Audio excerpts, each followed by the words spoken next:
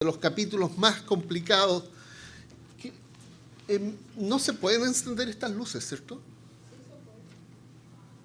Porque... ¿No? ¿La de atrás, tuyo?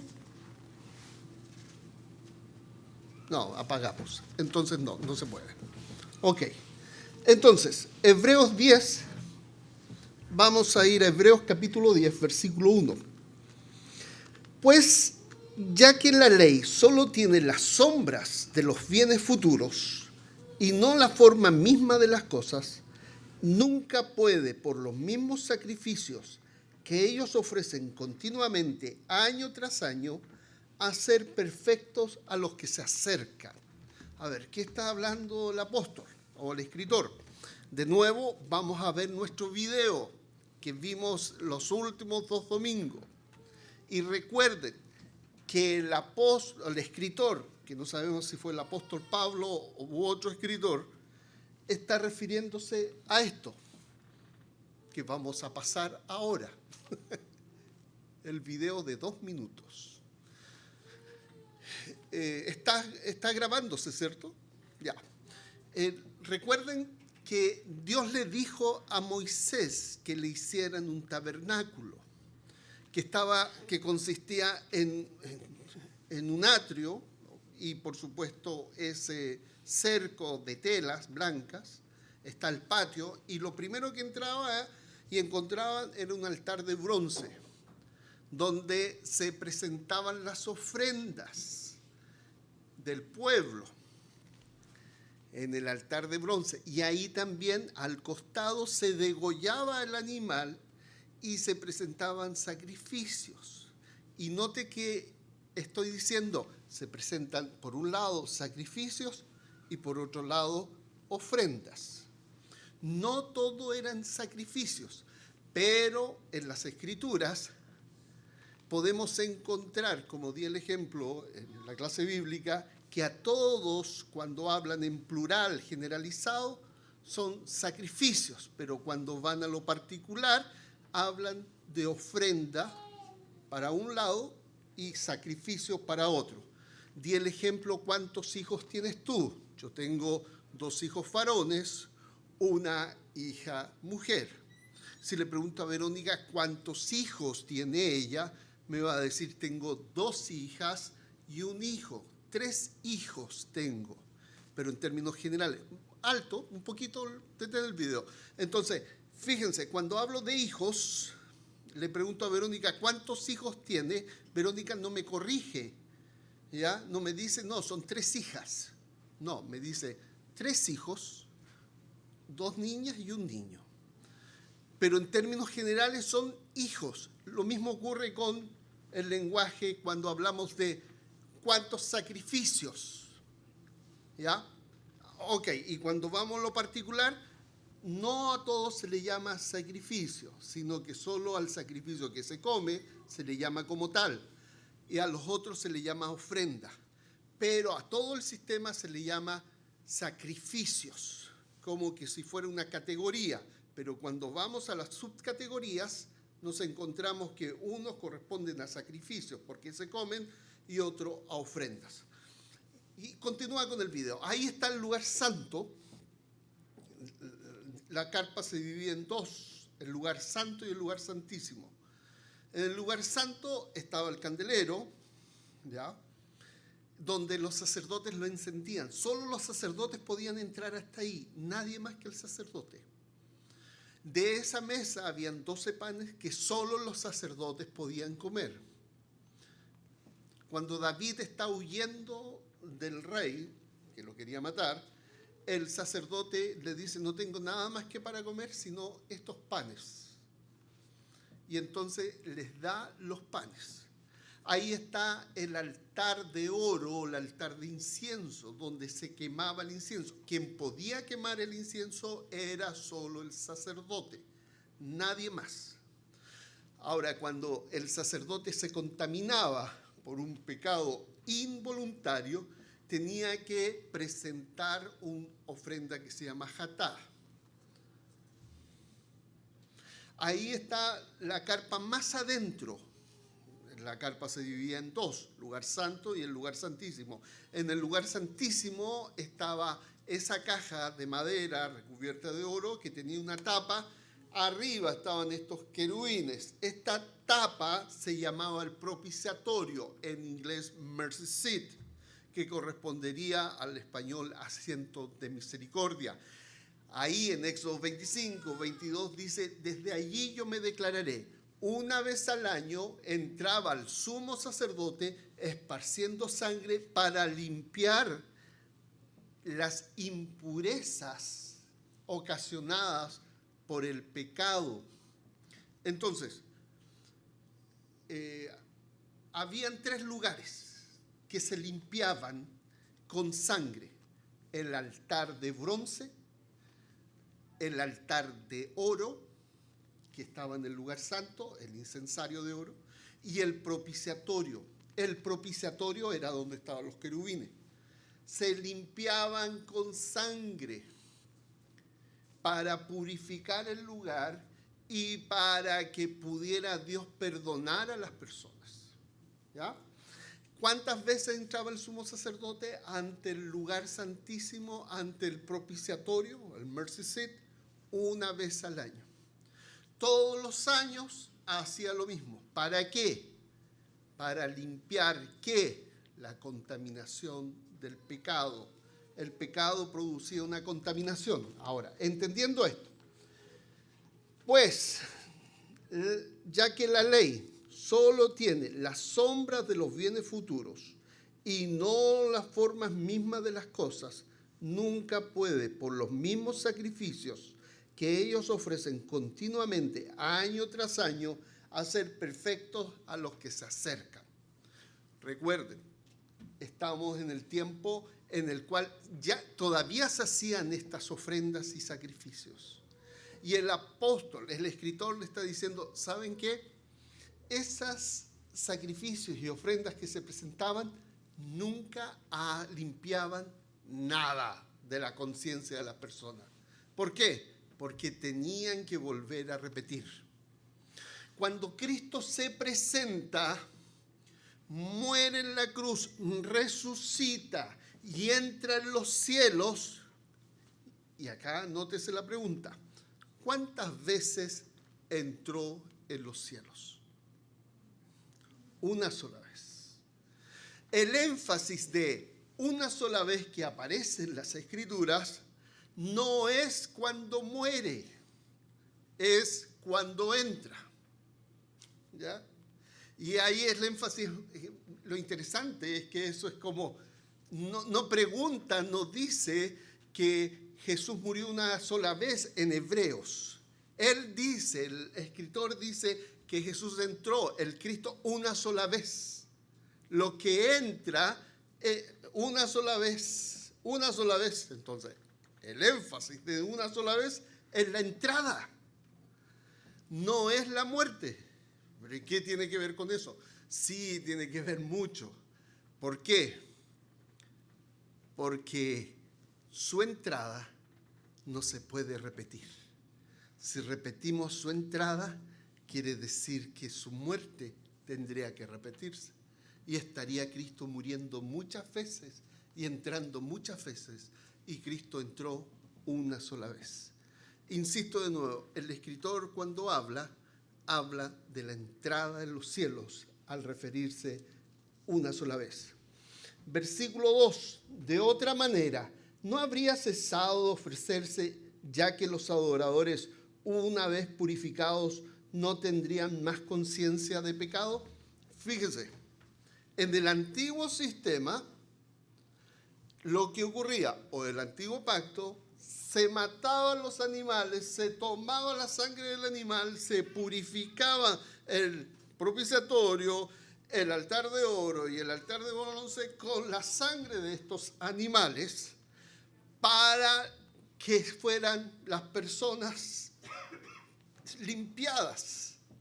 ¿De qué? De los pecados involuntarios. Pero ¿sabe qué ocurre? Esos pecados vuelven a aparecer y vuelven a ser necesarios ser limpiados.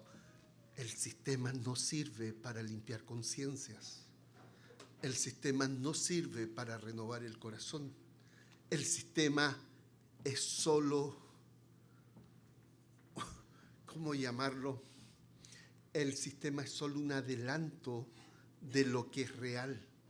Es una sombra. En palabras de hoy día, sería un sistema beta. Creo que está bien utilizado cuando es de prueba. Cuando entramos a un programa computacional y es beta, pero todavía no es el real. Bueno, el sistema antiguo, levítico, era eso. Era tan solo un adelanto de la realidad que venía más adelante. Y nos sirve para el propósito esencial, que es limpiar el corazón. Por eso dice, no tendrían ya más conciencia de pecado, porque ya están purificados.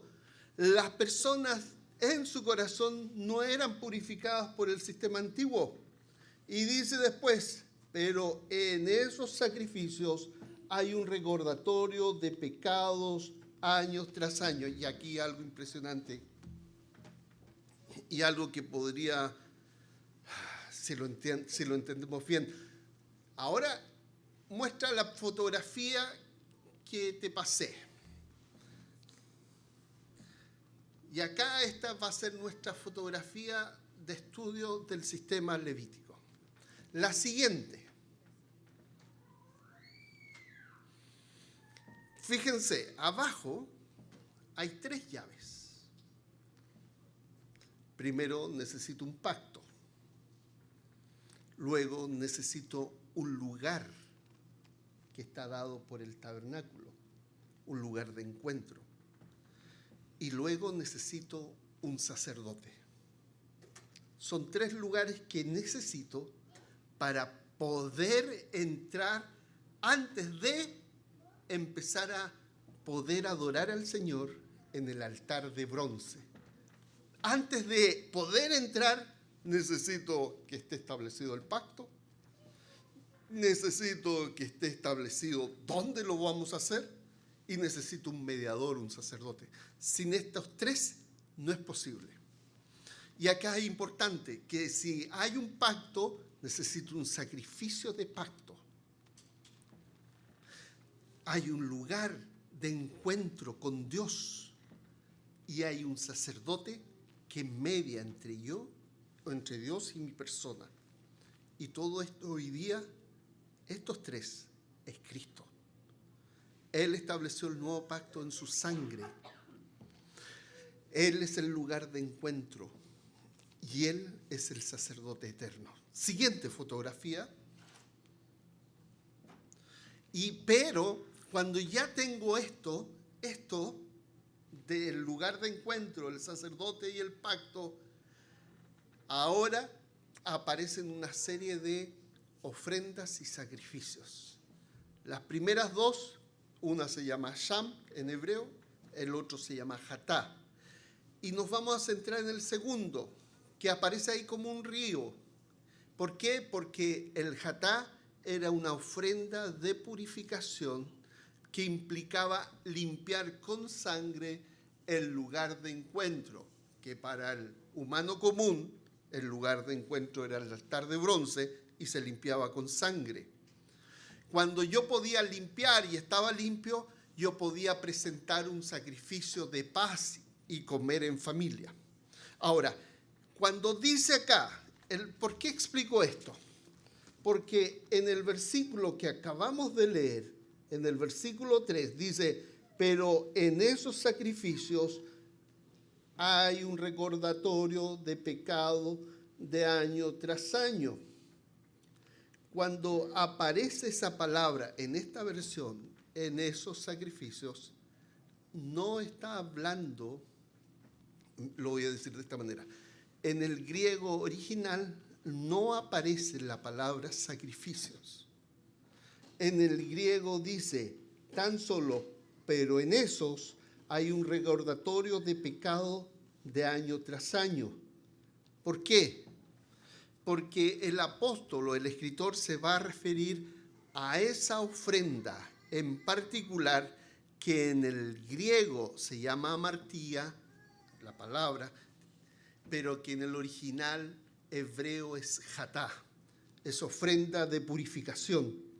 Pero en esos sacrificios hay un recordatorio de pecados año tras año, porque es imposible que la sangre de toros y machos cabríos quite los pecados. Y acá me estoy poniendo muy técnico, pero tienen que saber, hermano, cuando hablamos de machos cabríos y de toros, nos estamos refiriendo a un tipo de ofrenda en particular, y ese tipo de ofrenda en particular es ofrenda de purificación de los pecados. La ofrenda de purificación de los pecados, el jatá, que está ahí en el segundo escalón mostrando con aguas ahí, no puede purificar el corazón. Lo dice así, tal cual. Cuando habla y se refiere a toros y machos, no se refiere a corderos. Cuando habla de toros y machos, se refiere a ofrenda que purifica. Pero cuando habla de corderos, se refiere a un sacrificio de pacto o a un holocausto de adoración. Fíjense, ¿por qué hago esas distinciones? Porque el versículo siguiente, el versículo 5 dice, por lo cual al entrar Cristo al mundo dice, sacrificio y ofrenda no has querido. Y ahí la palabra sacrificio en el original está presente. ¿A qué sacrificio se refiere? Se refiere al sacrificio de pacto. Y al holocausto, ¿cuál se refiere?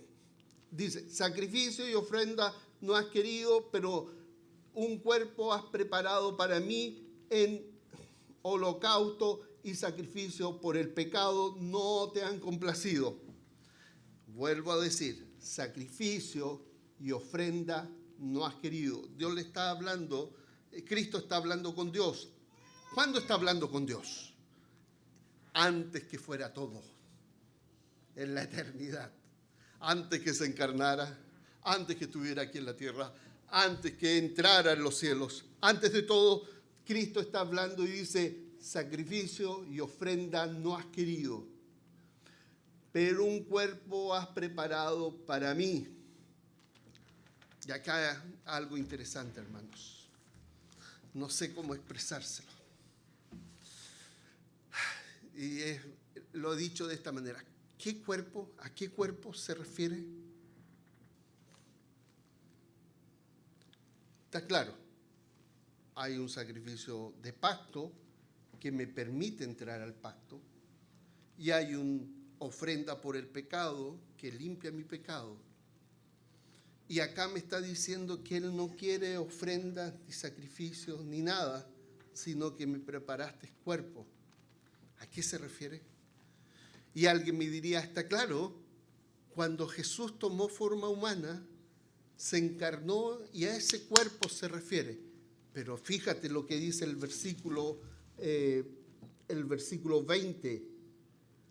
Dice Hebreos 10:20, por un camino nuevo y vivo que Él inauguró para nosotros por medio del velo, es decir, de su carne. ¿Cómo así? ¿Qué pasó con el velo? Fue rasgado. ¿Qué fue rasgado? El velo de su carne. ¿Qué significa que haya sido rasgado el velo de su carne? Significa que cuando Él muere es transformado a un cuerpo glorificado. ¿Qué estoy diciendo con esto, hermano? Que cuando dice me has preparado cuerpo, no solamente se refiere a la encarnación, se refiere a su glorificación. Su cuerpo glorificado fue el preparado por Dios para ser ofrecido allá en los cielos. Cuerpo glorificado. Cuando Él se presenta primero acá en la tierra y muere en la cruz, ahí no se termina toda la obra, sino que va más allá de la cruz. Él resucita y llega a los cielos con un cuerpo glorificado. Y acá es importante que entendamos esto. El cuerpo glorificado que Cristo tiene es el mismo cuerpo glorificado que nosotros tendremos. Cristo muere en la cruz y el Padre lo resucita y le da un cuerpo glorificado. La palabra para me preparaste cuerpo significa básicamente que es reconstruido su cuerpo. No es solamente que hizo un cuerpo, sino que rehace el cuerpo. Versículo 8. Habiendo dicho anteriormente, sacrificios y ofrendas y holocaustos y sacrificio por el pecado no has querido, ni en ellos tú te has complacido, los cuales ofrecen según la ley. Entonces dije, he aquí yo he venido para hacer tu voluntad. Él quita lo primero para establecer lo segundo. Por eso su voluntad, por esa voluntad hemos sido santificados mediante la ofrenda del cuerpo de Jesucristo ofrecida una vez para siempre. Y ahí vuelvo a preguntar, ¿cuándo Cristo ofreció su cuerpo una vez y para siempre? Y me dirán, es cierto, lo ofreció en la cruz.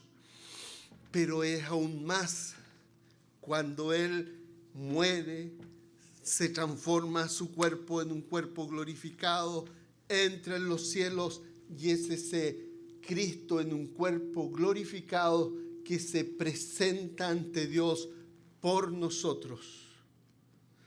Hermanos, es por esa razón que podemos decir que tenemos entrada libre ante el trono de Dios.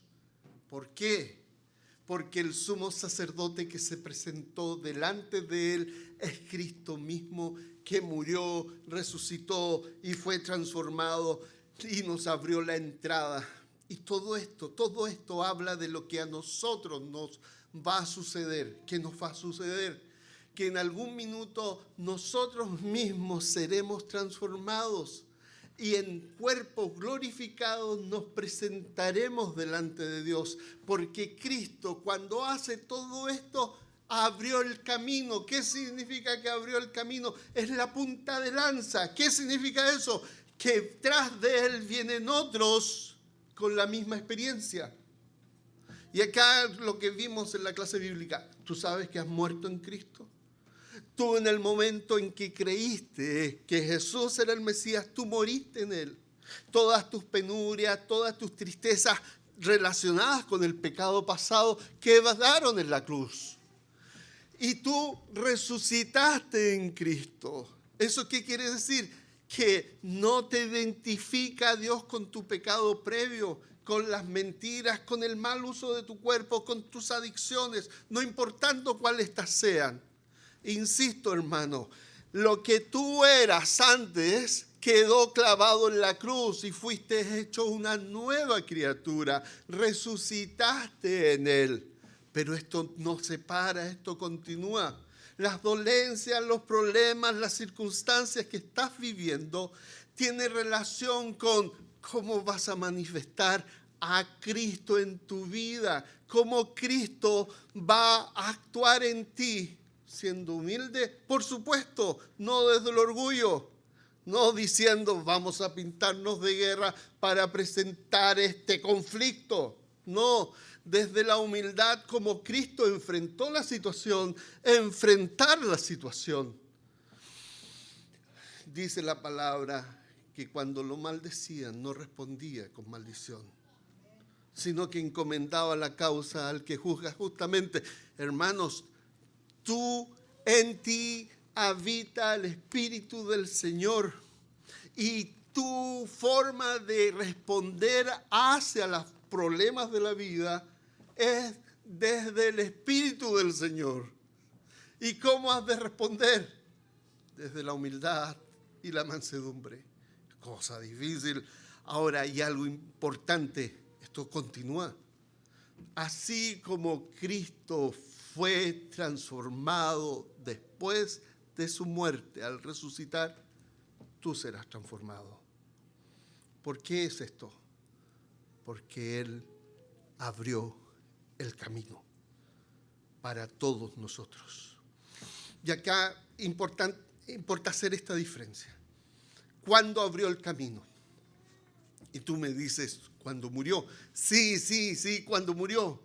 Pero continúa, el camino se abrió completamente cuando Él murió, resucitó, ascendió a los cielos en un cuerpo glorificado, y en ese cuerpo glorificado se presenta ante el Padre y se sienta a la diestra de Dios. Ahí abrió el camino. Pero sin la muerte no hay camino que se abra. El camino empieza a abrirse cuando Él muere y termina completamente abierto cuando Él, en cuerpo glorificado, se sienta en los cielos a la diestra de Dios. Pero si solo nos quedamos en esto, hermanos, que Cristo murió por nuestros pecados y nos quedamos ahí y nos vamos felices de la vida, que Cristo murió por nuestros pecados, y no entendemos que Él resucitó, que Él fue glorificado y que Él está sentado a la diestra de Dios, no entendemos que tú moriste en Cristo, que tú resucitaste en Él y que el propósito para tu vida es ser un adorador, que la gloria de Dios, de Cristo resucitado, se manifieste en ti. Todo eso es el Evangelio. ¿Y cómo he de presentarme o enfrentar las situaciones difíciles que estoy viviendo? Desde el Evangelio, desde alguien que se sabe respaldado por el Dios que dio a su Hijo, que lo permitió que lo clavaran en la cruz, pero que lo levantó de entre los muertos triunfante y se enfrentara finalmente a ser glorificado y presentarse delante del Padre, porque la experiencia de Cristo es tu experiencia.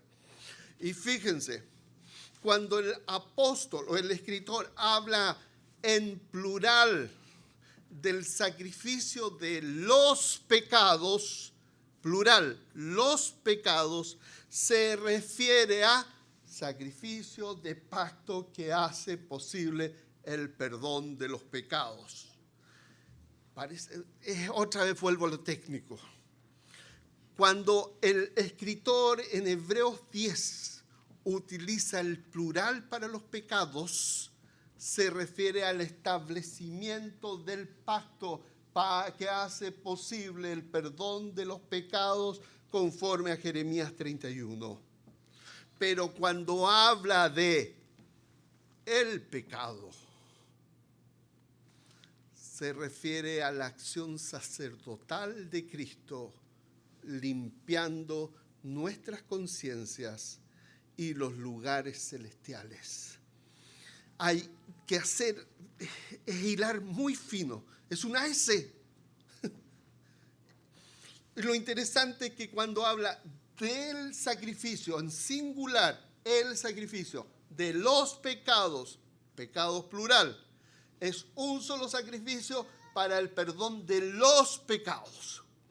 Pero después el escritor cambia y habla sobre sacrificios por el pecado. Ahora el singular es el pecado. ¿Por qué hace ese cambio? Porque cuando se refiere al el pecado en singular, está haciendo referencia a Cristo cual sumo sacerdote que limpia el pecado.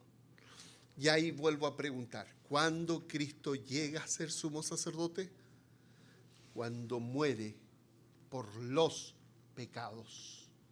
Y cuando Cristo llega a ser el que limpia el pecado, cuando Él se presenta ya resucitado en los cielos y se presenta en cuerpo glorificado y limpia el pecado. ¿Notan la diferencia? Pero cuando lo leemos, no hacemos esa diferencia. Fíjense, veamos el texto. Dice, versículo 8, y vamos a ver que si es singular o plural.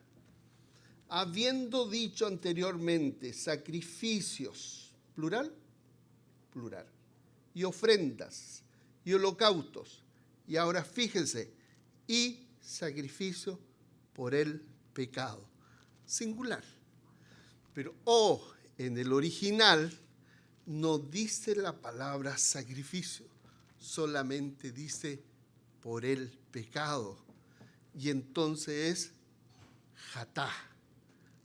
Ahí en la segunda mención de sacrificios por el pecado se refiere al acto del sacerdote de purificar el lugar. Ahora, fíjate el versículo 11. Ciertamente todo sacerdote está de pie día tras día, ministrando y ofreciendo muchas veces los mismos sacrificios. Y acá está hablando de todos los sacrificios que ofrece. O sea, el Hasham, el Jatá, los sacrificios de paz y los holocaustos. Esa es la clasificación de ahí. Después dice, pero Cristo, habiendo ofrecido un solo sacrificio por los pecados, ahora en plural, los pecados. Cuando Cristo ofreció un solo sacrificio por los pecados, es un sacrificio de pacto que permite la purificación de los pecados. Pero ¿cómo tú te atreves a decir que se refiere a sacrificio de pacto? Fíjate el versículo 16 donde dice, este pacto haré con ellos. Después de aquellos días, dice el Señor, pondré mis letras en su corazón y en su mente las escribiré. Y añade, y nunca más me acordaré de sus pecados e iniquidades. Entonces, el mismo escritor está diciendo que cuando menciona el plural de pecados, se refiere a la muerte de pacto de Cristo en la cruz. Ahora, cuando se refiere a pecado singular, se refiere a esta ofrenda jatá.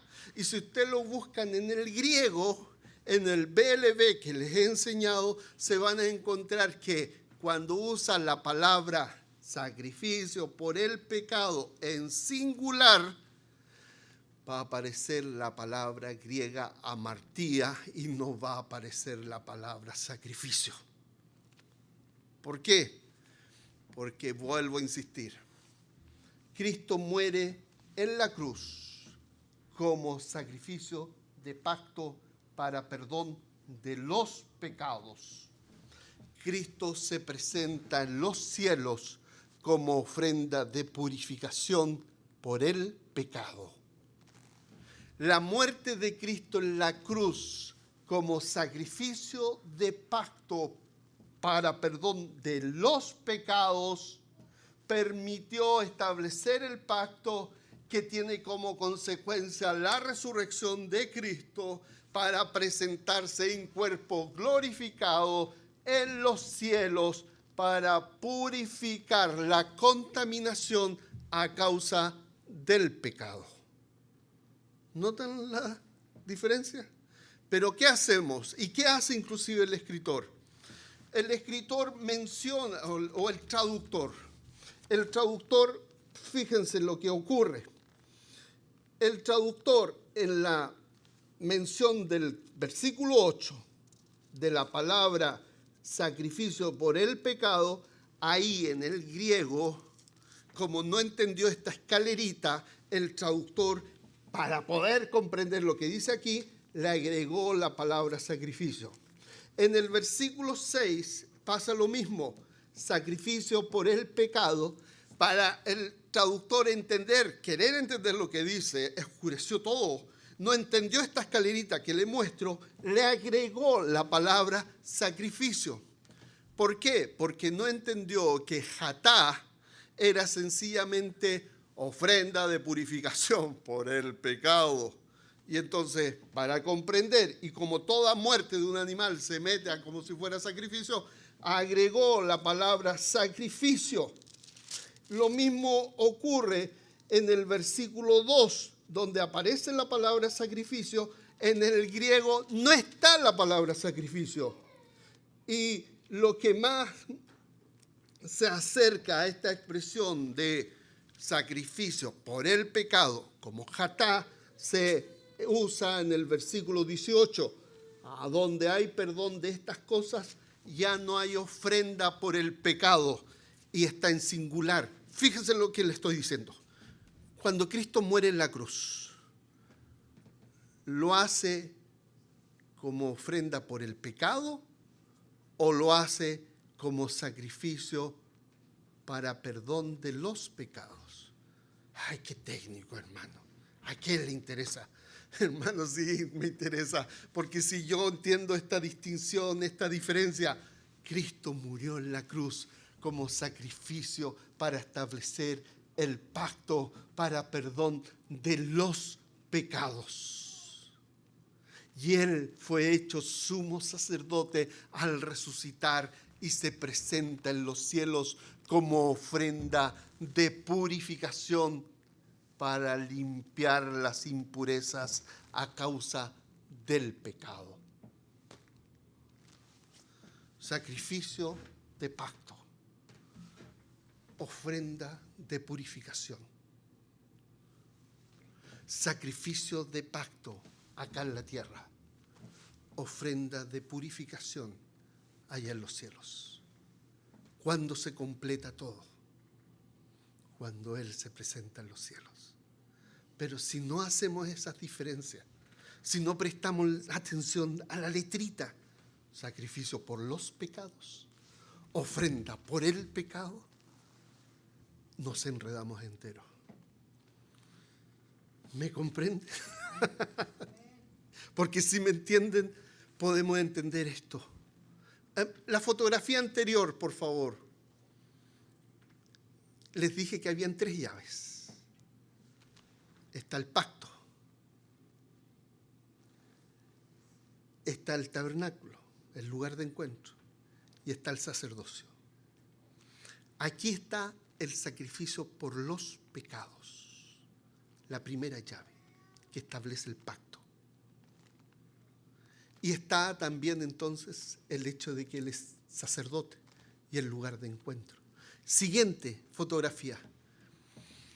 Pero estas 3 llaves me dan pie a esta escalerita, a ofrenda Sham, y ahora cuando hablo de la segunda escalón, donde aparece el agua, ofrenda Jatá, es la ofrenda por el pecado, la ofrenda de contaminación, para purificar la contaminación.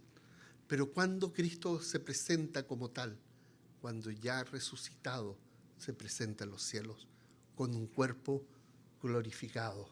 El me preparaste cuerpo no es solo la encarnación, es también la resurrección. Cuando Él se presenta en los cielos con un cuerpo glorificado. Hermanos, y acá vuelvo a decir lo que dije. No importa lo que estemos pasando, un día seremos transformados. Y este cuerpo de la humillación nuestra será semejante al de Cristo, porque Él nos abrió el camino. Oremos, hermanos. Señor, te damos gracias por esto. Es difícil de entender, difícil de explicar, pero que tu Espíritu Santo abre nuestro entendimiento y podamos comprender tu gran mensaje. Gracias porque Él murió, Cristo murió por nuestros pecados. Gracias porque lo resucitaste y lo transformaste en un cuerpo glorificado.